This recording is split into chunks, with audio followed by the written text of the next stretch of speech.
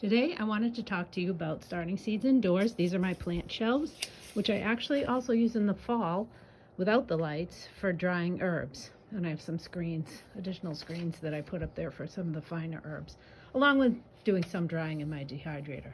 But this is kind of different than it was because my husband got me this grow lamp, which is called Bright, and it was kind of expensive, and I usually just use the shop lights right here, which are on that bottom shelf right there. And I may have to get another light because look at how lush and green these are. I can't believe it. I'm really happy about this. This shop light works. I mean, these are growing, but they're not quite as big as the others.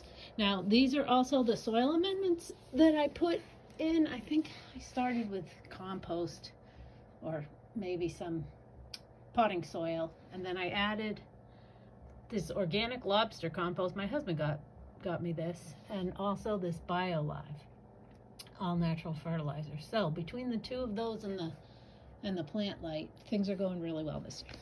So the other thing I wanted to show you was this. Oh, I can't see. Oh, right under there is the timer.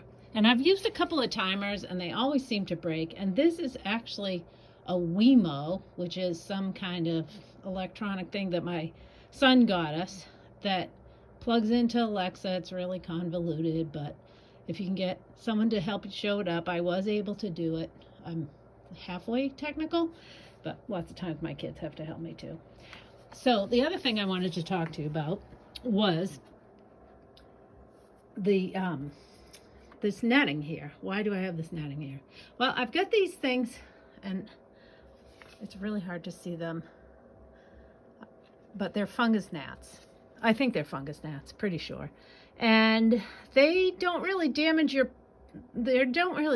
plants except for the larvae. And they lay their larvae in this, they lay their eggs in the soil. And then the larvae can eat the roots. They eat what's in the soil. They also can eat the roots.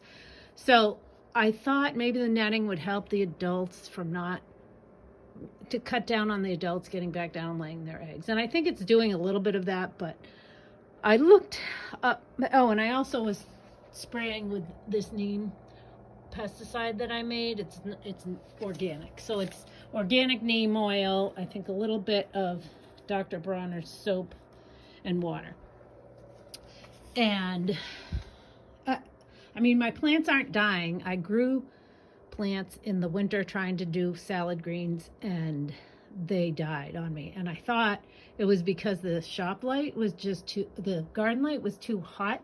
And so I moved the shelves. I used to have the shelves closer to the light. So I moved the shelves hoping that they wouldn't get burned. But in hindsight, I think it might have been the gnats.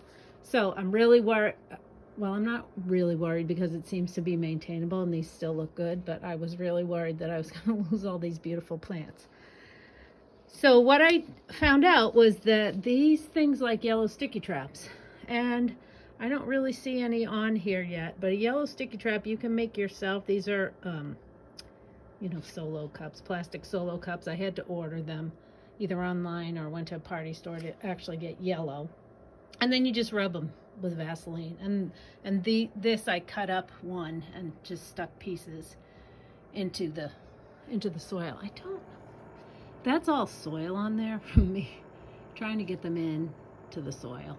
I don't see any gnats on it, but where I do see gnats is in this water trap that I created by accident because I had leftover water in here for watering my garden, watering these plants, and I saw a bunch of gnats on the surface. So I said, well, I'll put a water trap out here, and that seems to be working the best.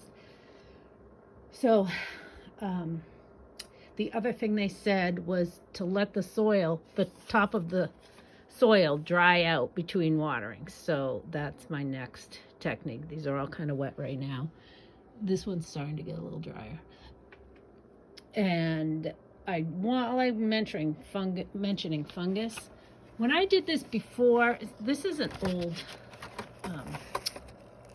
planting tray that I ordered, and this plastic thing on the top goes on the bottom right here, goes on the top to create a little mini greenhouse. But I found when I did things that way, I got a lot of fungus on my soil. It needs to have good airflow. So I don't do it that way anymore. I use it as a catch tray for water, extra water that comes out from watering. And I also had tried putting plastic over the whole plant shelf arrangement I have, and that was okay, but I'd wind up lifting up half of it to get better airflow. So I find this works okay, not having to do all that. So the netting, I don't usually do. That's just because of this gnat problem, but this is good. Netting is good for outside too, especially for brassicas that the cabbage worm lays its eggs on, and then you get those the cabbage moth, and then you get the cabbage worms. And the only way to take care of it is I triple wash things. So I do a big bin of water that I put salt in, and I do a first wash, agitating the plant material, and then I dump it, and then I do a second wash, and I inspect as well, and then I do a third wash just for good measure. And you find the worms in the bottom of the bowl, and you find them on the plant still, so ooh. But this year I'm hoping to do better and get my netting up in time to avoid that. So this is my planting system. It really is a big benefit to the season, to starting things early, and also to harvesting and drying my herbs. Happy gardening, everybody.